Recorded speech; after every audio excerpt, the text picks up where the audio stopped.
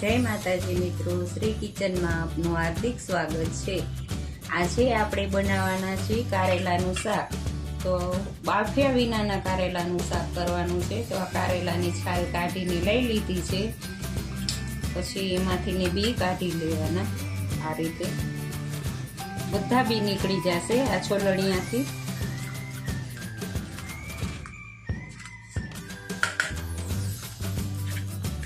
કટકા જ કરવાના છે, પણ બી આવી રીતે કાઢી લેશો તો પછી નહીં કાઢવા પડે।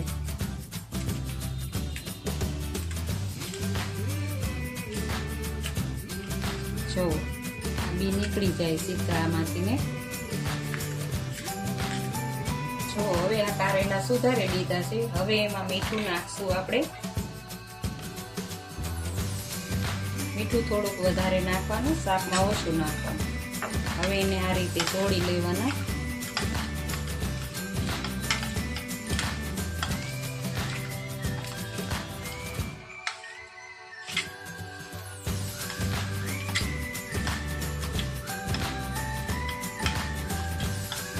હવે આમાં મીઠાનું પાણી થાય ત્યાં લગી એને રાખી દેવાના। ત્યાં સુધી બે ડુંગળીને બે ટમેટા સુધારી લેશું।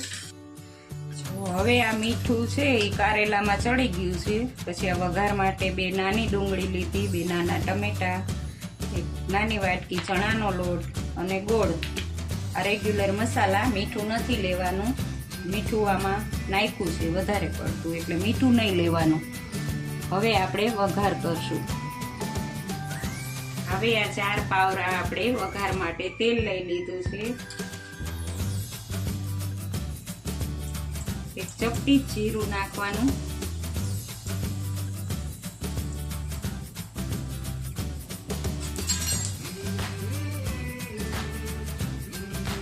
રાઈ નથી નાખવાની। એક અડધી ચમચી હિંગ લેવાની,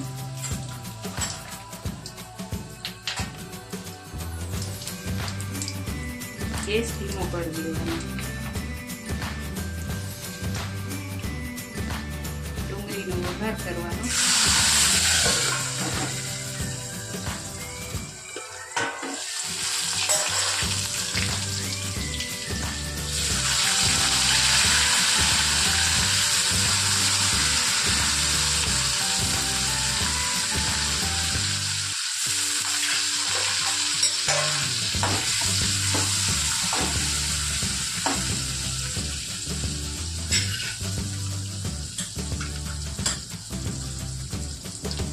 અડધી ચમચી હળદર લેવાની,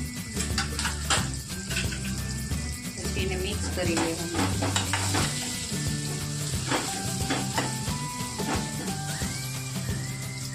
આ ટમેટા બે લીધા છે નાના, સુધારીને નાખવાના।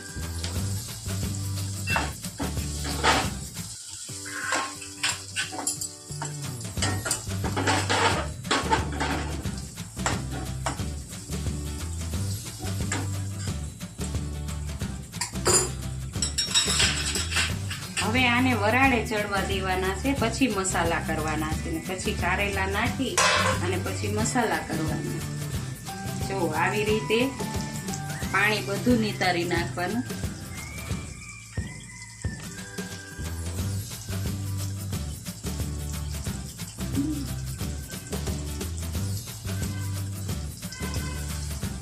વરાળે જ ચડવા દેવાનું છે, પાણી બધું નીકળી જશે।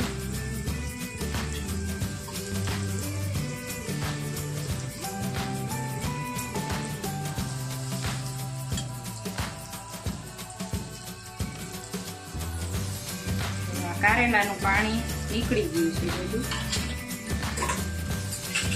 હવે મિક્સ કરી લેવાનું।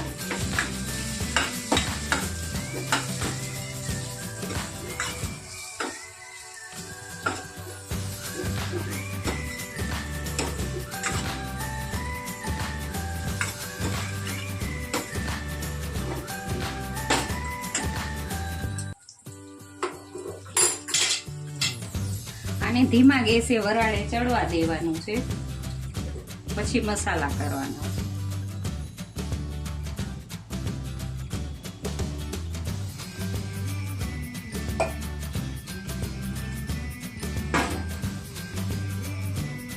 હવે આને ચડવા દેવાનું છે 10 મિનિટ. એટલે કારેલા છે એ કાચા છે, બાફેલા નથી, એટલે ચડી જાય પછી મસાલા કરવાના. જો હવે આપણે આ કારેલા સરસ ચડી ગયા છે.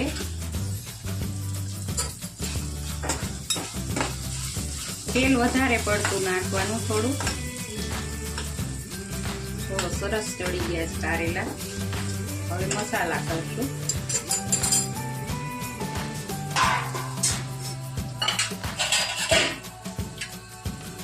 ગોળ લીધો છે 1 મોટી ચમચી.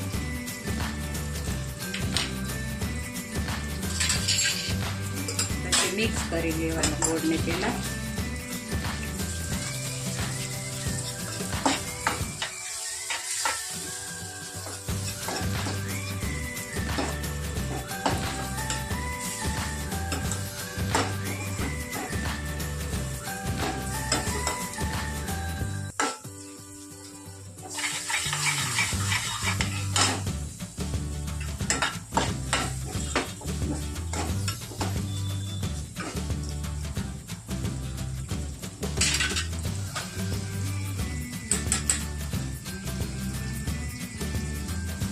લાલ મરચું નાખવાનું, કોરું મરચું નાખવાનું છે 1 ચમચી. અડધી ચમચી ધાણા જીરું.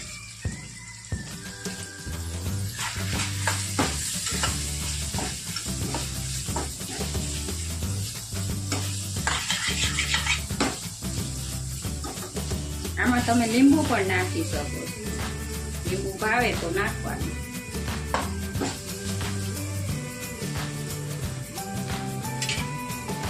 અને ચણાનો લોટ ન નાખવો હોય ને એમને એમ કરવું હોય તોય થઈ શકે. આ ચણાનો લોટ ચારીને લઈ લીધો છે એક નાની વાટકી.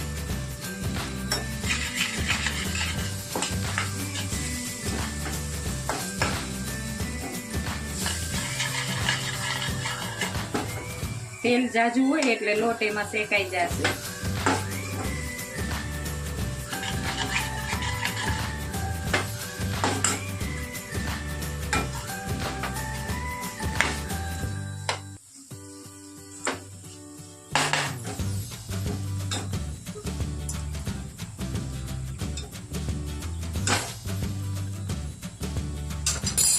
ગેસ બંધ કરી દેવાનું. તો આ કારેલાનું શાક બનીને તૈયાર છે. જો તમને આ મારો વિડીયો ગમ્યો હોય તો લાઈક, શેર ને સબસ્ક્રાઇબ કરવાનું ભૂલતા નહીં.